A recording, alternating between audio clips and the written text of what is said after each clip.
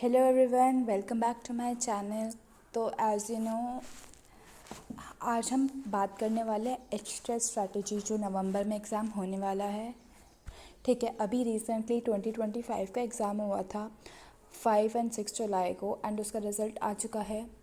And बहुत सारे बच्चे जिन्होंने क्वालिफाई कर लिया तो ऑल द बेस्ट, एंड जिनका नहीं हुआ है तो आज उसके बारे में हम स्ट्रैटेजी और जो न्यू कमर्स है जो एच का एग्ज़ाम देने वाले हैं उसके बारे में हम बात करने वाले हैं। ठीक है, तो एच की जो 2026 में जो स्ट्रैटेजी है आपकी क्या होनी चाहिए अकॉर्डिंग टू मी। तो एज यू नो, जो 20 एंड 21 को एग्ज़ाम होने वाला है और आपके पास ऑलमोस्ट 3 to 4 मंथ्स लेफ्ट है। ठीक है, तो सबसे पहले आपको प्लान करना पड़ेगा, सिलेबस को समझो अच्छी तरह से, टॉपिक्स से गो थ्रू हो और हाई वेटेज टॉपिक्स देखो और अपना रोज़ कुछ ना कुछ कोशिश करो, आप कुछ ना कुछ रोज़ पढ़ो। एक बार कंसिस्टेंसी आ गई ना तो सब कुछ हो जाएगा, एग्ज़ाम क्लियर हो जाएगा। हाँ, एच का एग्ज़ाम थोड़ा मुश्किल होता है, पर हाँ इतना भी मुश्किल नहीं है कि आप नहीं कर पाओगे, कर सकते हो। बस कंसिस्टेंसी होनी चाहिए, प्रैक्टिस करो और रिवीजन करो, हो जाएगा। ठीक है, तो अब एक बार सिलेबस से गो थ्रू हो, टॉपिक्स को देखो और फिर उसके बाद स्टडी करो, कंसेप्ट क्लियर करो। जो शॉर्ट नोट्स अपने हिसाब से बना सकते हो, MCQs और PYQs प्रैक्टिस करो। ठीक है, और फिर जो स्टेप 3 होगा उसमें रिवीजन दो, मॉक टेस्ट दो, फुल लेंथ मॉक टेस्ट। तो एक बार आप इस फेज़ में आ गए, आपने मतलब पढ़ना स्टार्ट कर दिया तो हो जाएगा। तो आपको पता है जो एच का पैटर्न कैसा होता है, तो आज हम उसके बारे में बात करने वाले हैं। एच का टोटल 150 मार्क्स का पेपर होता है जो 2 पार्ट में डिवाइडेड होता है। एक होता है कॉमन सब्जेक्ट, वो सेम आता है PRT, TGT, PGT, बस जो क्वेश्चंस के लेवल होते हैं वो थोड़े से डिफ़िकल्ट होते जाते हैं स्टेज वाइज। फर्स्ट होता है CDP 30 मार्क्स का, फिर है इंग्लिश और हिंदी आता है 15 मार्क्स ईच, और फिर है मैथ्स, रीजनिंग और GK 10 मार्क्स ईच आता है। तो ये हो गए टोटल 90 मार्क्स। एंड आपको सिर्फ 90 मार्क्स ही चाहिए एच क्लियर करने के लिए, ये अपना स्ट्रॉन्ग रखो। और फिर होता है सब्जेक्ट स्पेसिफिक पेपर, PRT में आता है 60 मार्क्स का, मैथ्स और EVS 30 मार्क्स ईच। TGT और PGT में सब्जेक्ट स्पेसिफिक होता है, जो भी आपने एग्ज़ाम में फिल किया है वही सब्जेक्ट, उसी सब्जेक्ट के रिगार्डिंग आपके क्वेश्चंस आते हैं। ठीक है, आपको 90 मार्क्स चाहिए 150 में से। ठीक है, तो आप CDP में अच्छा स्कोर करो 25 अबव, इंग्लिश हिंदी को मिला के 25 अबव, मैथ्स में 10 में से 10 कर सकते हो, इतनी मुश्किल नहीं आती। And same goes for reasoning, 10 में से 10 स्कोर कर सकते हो। GK इज़ वेरी डिफ़िकल्ट, बहुत ज़्यादा वास्ट है, तो आई वुड सजेस्ट कि GK आप सबसे लास्ट में करो क्योंकि बहुत मुश्किल आती है GK।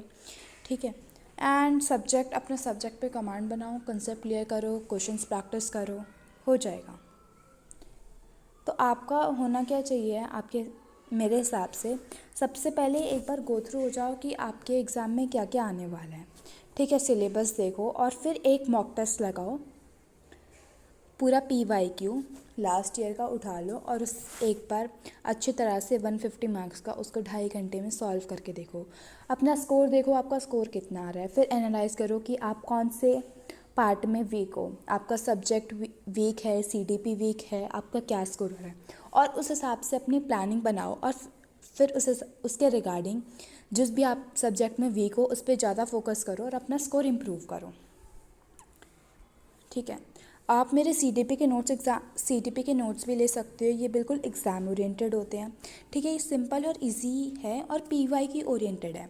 इसमें जो मेरे नोट्स हैं ना उनमें एक्स्ट्रा नहीं लिखा हुआ, सिर्फ जो भी डिटेल नोट्स है, जो टॉपिक है, मैंने कैसे नोट्स बनाए हैं ये PYQ लगभग 2014 से जो भी अब तक एग्ज़ाम हुए हैं रिसेंट के, वो सारे क्वेश्चंस किए हैं और उनमें से टॉपिक निकाले कि ये टॉपिक बार बार आ रहा है, ये टॉपिक, हर टॉपिक के ऊपर नोट्स बना रखे हैं। जैसे इंटेलिजेंस का टॉपिक है तो उसके बारे में कैसे क्वेश्चन आ रखे हैं, किस वे से, और थोड़ा सा डिटेल्ड में। ठीक है, बेफालतू के बिल्कुल भी उसमें वास्ट नहीं है कि भाई इतना ज़्यादा सिलेबस है, तो बिल्कुल PYQ ओरिएंटेड है, बिल्कुल एग्ज़ाम ओरिएंटेड नोट्स हैं। टॉपिक है, एक्सप्लेनेशन है, डायग्राम के साथ, बिल्कुल इजी लैंग्वेज में है, ज़्यादा कुछ नहीं है, ठीक है। और एग्जांपल्स भी दिए गए हैं। ये होता है डिटेल नोट्स। एक बार आप इनसे गो थ्रू हो जाएगा तो आपको समझ आ जाएगा CDP में क्या क्या पढ़ना है आपको और क्या आ रहा है, ठीक है। आप कम से कम 5-6 बार इनको रिवाइज कर लोगे तो आपका CDP हो जाएगा। फिर होता है शॉर्ट नोट्स। वो 1 पेज के नोट्स हैं जिसमें डिटेल नोट्स दे रखे हैं, ठीक है। जो भी इम्पोर्टेंट साइकोलॉजिस्ट थ्योरी वो सब कुछ 1 पेज के अंदर एक्सप्लेनेशन दे रखी है। फिर आते हैं, आपको दिए जाते हैं PYQs। अब एक बार आपका सिलेबस हो गया, आप CDP से गो थ्रू हो गए, फिर आपको करने हैं questions, as much questions you can practise. क्योंकि जो ये एक बार आप MCQ की प्रैक्टिस करने लग गए ना, कि आपको पता लग गया कि कैसे क्या क्वेश्चन को कैसे सॉल्व करना है एग्ज़ाम लेवल में, तो आपको ये बहुत हेल्पफुल होएगा। तो पेपर लगभग सिमिलर आते हैं। लगभग 80 to 85 students have bought these notes and most of the students have cleared the exam. So I would suggest, if you have money, if you want to invest, you can invest in these notes and it's just economical friendly. बहुत minimal budget है, 150 to 200 के notes हैं। And all the best. If you have any query you can comment और message me on Telegram. Thank you.